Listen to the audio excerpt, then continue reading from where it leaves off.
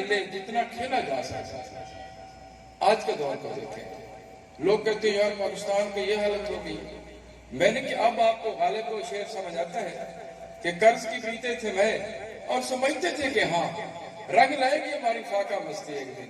میں بالکل حیران نہیں, ہم جو کچھ کرتے رہے ہیں یہ اس کا فروٹ ہے. وہ فروٹ کھا رہے ہیں لیکن یہ فروٹ گلا سڑ رہا ہے, یہ بدبودار فروٹ کھا رہے ہیں. ہم نے جو 72 سال اس معصوم ریاست کے ساتھ کیا ہے, اب وہ یہی کہہ رہا ہے کہ ہم ایک دل سے اتنا کھیلے جتنا کھیلا جا سکتا تھا, جتنا کر سکتے تھے ہم اس ملک کے ساتھ. یعنی اب دیکھ لو, چاہے جج ہے کوئی, چاہے کوئی پروفیسر ہے, چاہے کوئی محکمہ مال کا ہے, چاہے کوئی سیاستدان ہے, جہاں اس کو موقع ملتا ہے. یہ ساری باتیں میں اس لیے کہہ رہا ہوں, یہ صرف شاعر مشاہدہ کر سکتا ہے اور وہی کہہ سکتا ہے, ادیب کہہ سکتا ہے, اور بندے نہیں کہہ سکتے. اگر یہ شعار ہوتا اسلام آباد میں بیٹھے ہوئے لوگوں کا, اگر یہ ادراک ہوتا اسٹیبلشمنٹ میں بڑے بڑے بیچ لگانے والوں کا, تو میرے خیال میں اب ایک واپڈا کا ایکس چیئرمین وہ پکڑا گیا, اس کا کیس سامنے ہے, اس نے 40 ارب روپے کی کرپشن کی. آپ اندازہ لگاؤ نا. اچھا ایک اور تھا وہ بحریہ کا, وہ جب پکڑا گیا تو 5 ارب دینے تھے, انہیں کہا جی میں لندن سے ادھر نہیں آتا, 5 ارب میں بھیج رہا ہوں. اس نے آرام سے 5 ارب بھیج دی. اور ہم روز دیکھتے کتنے % تنخواہ بڑھ گئی ہے. جو اس ملک کو چلا رہے ہیں, بچا رہے ہیں, وہ بیچارے پرسنٹیج دیکھتے ہیں, صرف 15%. یہ کیا بنے گا؟ اچھا تو یہ سب کچھ جو ہو رہا ہے, یہ سب کچھ ہو رہا ہے. اگر اس کے اندر ہم نے شاعری کو اپنا شعار بنا لیں اور اس کے بعد آگے ہم چلے جائیں, تو انشاءاللہ تعالیٰ میں اکثر شعر سناتا ہوں سجاد باقر رضوی کا کہ اے خیرت مند سن, ہم بھی 2 بھائی تھے, وہ جو حاکم بنے ہم جو رسوا ہوا. وہ ادھر لال و گور میں تلتے رہے, ہم ادھر لال و گور اگلتے رہے. یہ لال و گور اگل کر یہ خانی, یہ ڈاکٹر خالد اسرام, یہ سارے دوست, یہ ناصر ملک, یہ ندیم, یہ سارے عبداللہ نظامی, سب مر کھپ جائیں گے. لیکن یہ مر کھپ نہیں جائیں گے, ان کے لفظ جو ہیں وہ زندہ رہیں گے اور یہ کچھ بتائیں گے. دیکھو نا غالب کا شعر کتنے عرصے بعد آج فٹ آ رہا ہے. اب وہ غالب کو مانتے نہیں تھے اہل دلی والے, 3-4 سال وہ نکل گیا, بلاد شرکیہ میں چلا گیا, مانتے نہیں تھے. کیونکہ غالب آج کا شاعر ہے.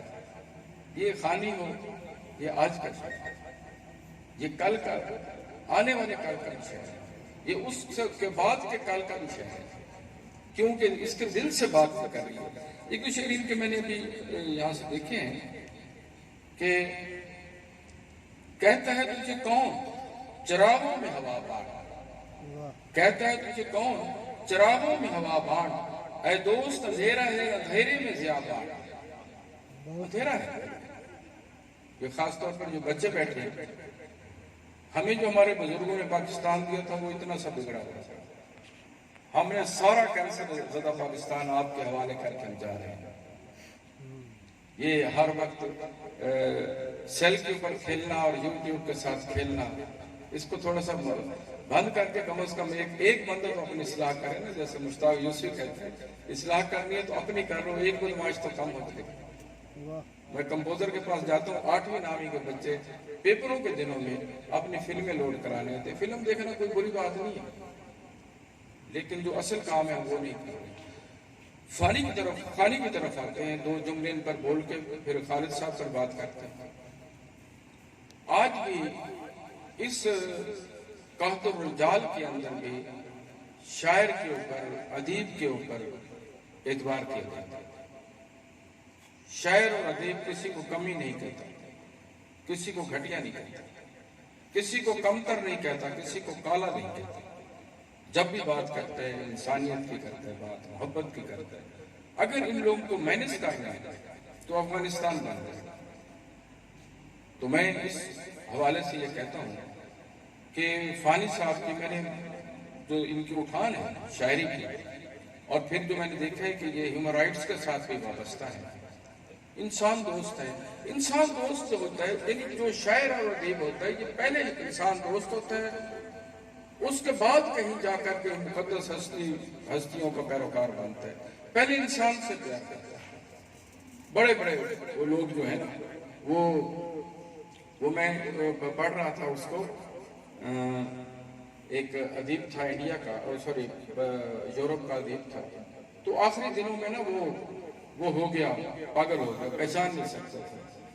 تو اس کے ساتھ جو ایک شخص بیٹھا ہوا تھا, اس نے کہا یار میں تجھے جانتا نہیں ہوں لیکن مجھے تجھ سے محبت ہے. کہ محبت جو ہے وہ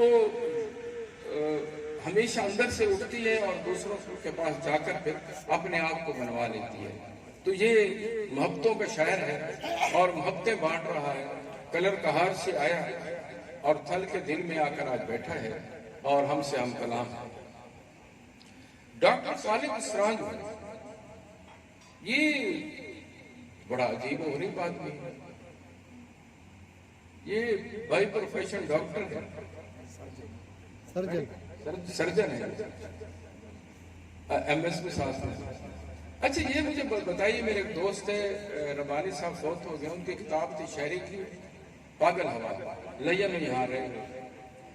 تو انہوں نے کہا کہ میں نے زندگی بھر کبھی پریکٹس نہیں کی. تو میں نے پوچھا, میرا بہت اچھا دوست تھا, وہ صرف ہم 2-3 دوستوں سے ملتے تھے اور کسی سے نہیں ملتے تھے. کیونکہ اس کی کوٹھی پر ایک ٹوٹی چارپائی پڑی رہتی تھی, پانی کا گلاس تھا, ٹوٹی سے خود بھر کے پیتا تھا. تو اس سے جب یہ پوچھا کہ ڈاکٹر صاحب یہ کیا ہے, آپ تو بالکل ادھر پڑے ہیں, گھر آپ کا ادھر ہے سیالکوٹ میں ہے. تو انہوں نے کہا یار میرا دل ہی نہیں مانتا کہ میں کسی مریض سے جو ہے نا فیس, میرا دل نہیں. اب یہ کہنے کا مقصد یہ ہے کہ اس کی وجہ کیا تھی, وہ آرٹسٹ جہاں بیٹھا ہے, جہاں بھی بیٹھا ہے وہ محبتیں بانٹ رہا ہے.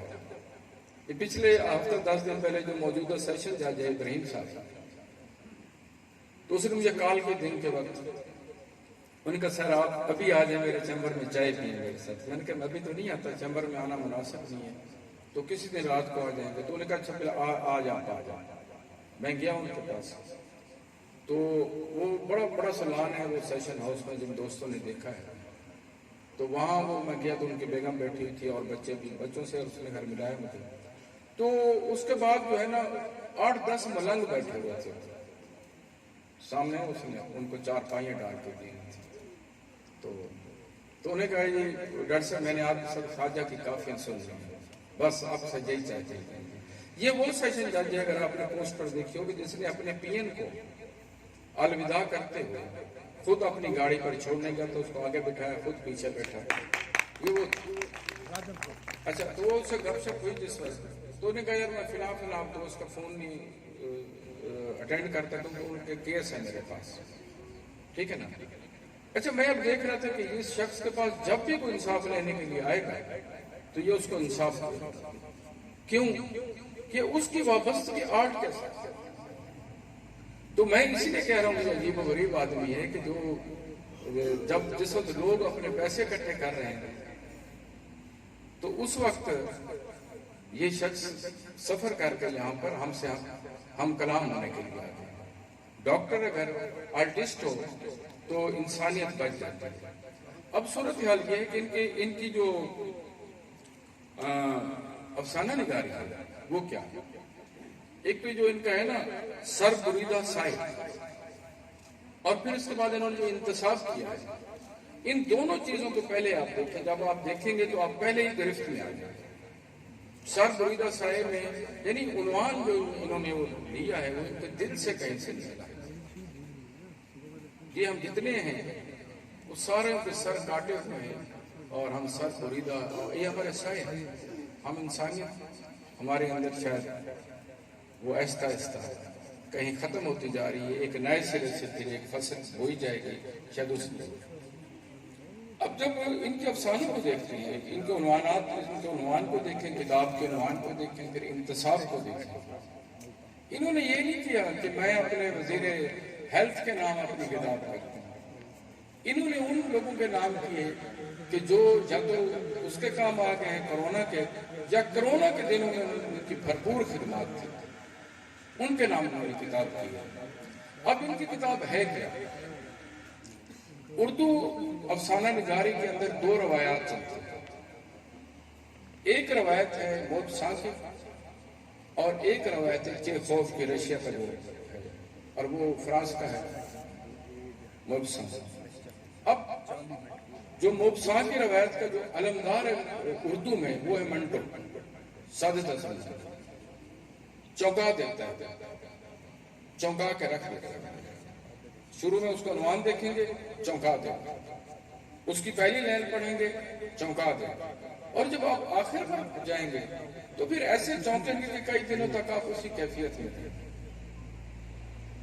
جو چیخوف ہے اس کا یہاں علمبردار ہے غلام عباس۔ غلام عباس آپ کو سوچنے پر مجبور کرتا ہے، آپ کے ذہن کو کھولتا ہے۔ اب جب ان دو روایات کو دیکھتے ہیں تو خالد اسراء ان دو روایت کو لے کر ایک تیسرا راستہ نکالا۔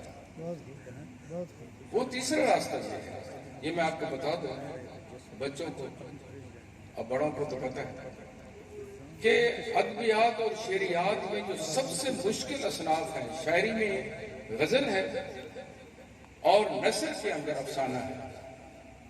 آپ کو تھوڑے سے تھوڑے لفظوں میں وحدت تاثر لے کر آپ کو بڑی سے بڑی بات کرتا ہے، سمجھا کہ نہیں؟ وہ میں منٹو کا ایک افسانہ ہے مسواک، کبھی آپ پڑھیں، لہٰذا سے پہلے بات کس پر ہو چکے، تو اس کو جب آپ پڑھیں گے نا تو پھر آپ غالب کا وہ شعر پڑھیں کہ گو ہاتھ کو جنبش نہیں آنکھوں میں تو دم ہے، رہنے دو ابھی ساغر و مینا میں رہا۔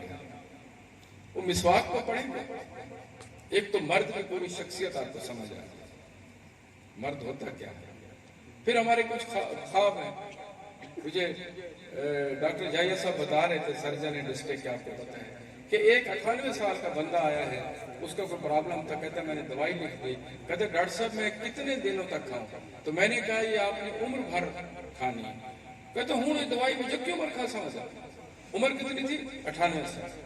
یعنی انسان دو تین چیزوں سے اپنے آپ کو الگ نہیں کر سکتا، ایک عمر کے حوالے سے، دوسرا جو اس کے اندر ایک سفلی جذبات ہیں ان کے حوالے سے نہیں کر سکتا۔ تو بات یہ ہے خالد نے کیا کیا ہے؟ خالد نے بہت سے افسانے لکھے ہیں، دیکھیں آپ ان کی فہرست دیکھیں گے تو اس میں درجنوں عنوانات دیے گئے ہیں۔